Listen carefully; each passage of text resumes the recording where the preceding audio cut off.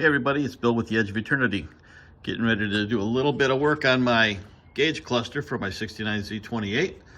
I've got a little bit of a break here that I'm going to have to repair. And I also I'm going to clean up and make everything look like new. On these lenses, there's a little bit of dust in there.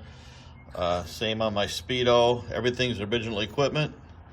Want to make it look like it was when it came off the showroom floor.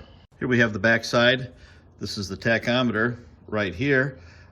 Just gonna check that out, but last time I had the car running, which was quite a while ago, it worked fine. Gonna hook up the cables, the wires to both this, and when I say cables, I mean the speedometer. Got the new speedometer cable, got everything hooked up, got the proper gearing on the transmission, so we should be good to go. Lots of dust to clean out, and this shouldn't take too long, and we will be able to call it a day. I'll do a video when I do the install back into the car. If you have one of these 60s vintage cars and you're going to take the wires out, this area right here and this area right here on both the speedometer and on the tachometer, I'll call them a light bar, and there's 4 connectors there that look like they unplug, but it's actually all one unit. And there is just a little tab that you squeeze in here and you squeeze in here that'll come out of this little side bracket, and that's what holds both of those in. Really easy to take out as long as you know how it was put back together in the first place.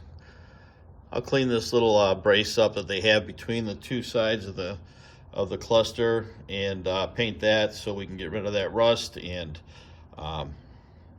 make everything spick and span. Here are those light bars that I mentioned.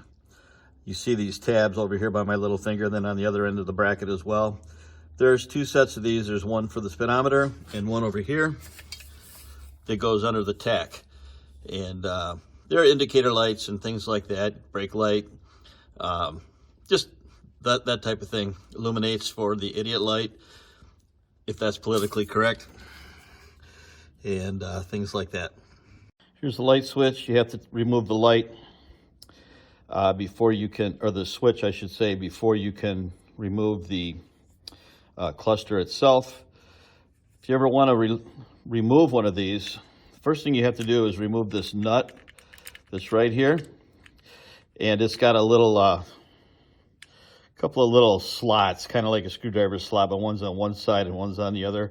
You just kind of use a screwdriver to move that around, and then there's this button right here, and you collapse that button, hold it down tight, and then you can pull it off by pulling this while that is depressed, and comes out rather easy as well. There's about 53 years of collecting dust and other things back there. I'll clean this all up before putting it back together.